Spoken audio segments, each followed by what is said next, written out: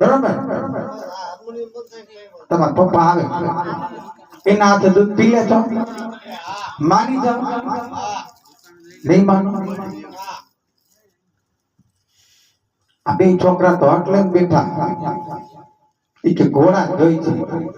હજી મેં કીધું ના ના તો હજી ઘોડીલા ખેલવા જેવડા નથી ગયા હવે જો તમે પીવડાવો એ માની જાય તો ઠીક છે નકર હવે તમે ઘોડા લઈ દે